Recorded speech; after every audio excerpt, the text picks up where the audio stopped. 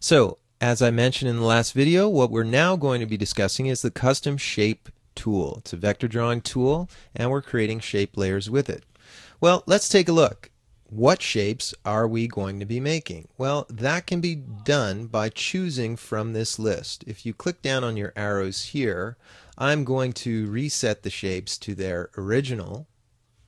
And what you should see if you've never opened up this particular option are all of these simple custom shapes that you have here. And there's a good portion of them. There's a lot of them that you can work with and deal with, and you can apply strokes and effects to them just like anything else. And you can even manipulate them as well. For example, if I have the direct selection tool, I can click and drag on one of these vector paths. See, there's a point right there, and notice, see, I can bring it out like this. I can manipulate those handles so that it gives me more of an effect like that, and a lot of different things that you can do. Again, depending on which tool you're working with and how it's going to end up helping you in the long run. So nevertheless, you can manipulate all of these things, you can work with them, but let me show you. This is rather a small list from the ones that we had before. And I mean, it's fine and all, but what if you want more than just what you have here? I mean, these are great, sure. And notice they look all weird. How do you make them look good? Press Shift as you're drawing, and that will constrain the proportions. So now you can see I've got this little pin over here, which I can stick to something just by working in that fashion. You could apply a drop shadow on that if you wanted to. A lot of different things that you could do. And up to this point, though, we have a very small list to choose from. So I'm going to click here, and I'm going to show you what else you could do. In this little option where there's an arrow here, you can load in any number of these options. Why don't we load everything? So we'll click on all, and it's going to ask you, oh, do you want to add to the existing ones, or do you want to replace the existing ones? Well, let's leave the existing ones, and we'll just choose append.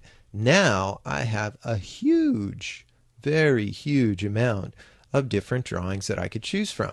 You choose whatever color you like, and you could then go into your objects and holding Shift to constrain proportions if you wish.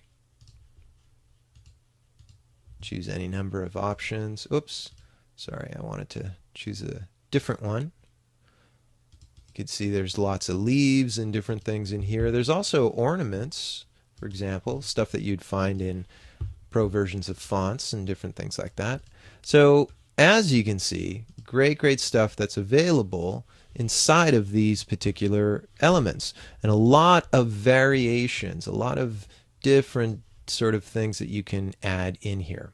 But upon looking at all of these things, what if I wanted to make my own vector drawing, something that I could reuse over and over again? Can I do that? Is there something that I'd be able to work with inside of Photoshop that would let me do that? Yes, absolutely, because there's just about nothing you can't do without Photoshop. So we're going to get into that, and I'll show you how to do that. But before we do it, let me just show you one last thing. One of the nice things about working with these particular drawings and these particular tools is that you can create very simple and easy logos that you can work with in no time at all. For example, here I've got a very simple shape, and remember there were options here where we could punch holes out of those shapes. So I've got my circle, then I'm going to choose the custom shape tool and perhaps choose from this list of different elements where we can decide upon what sort of simple shape we would like. Now, for example, there's also some of these animal shapes here. Let's say, I don't know, it's got something to do with a cat or pet food store or something like that.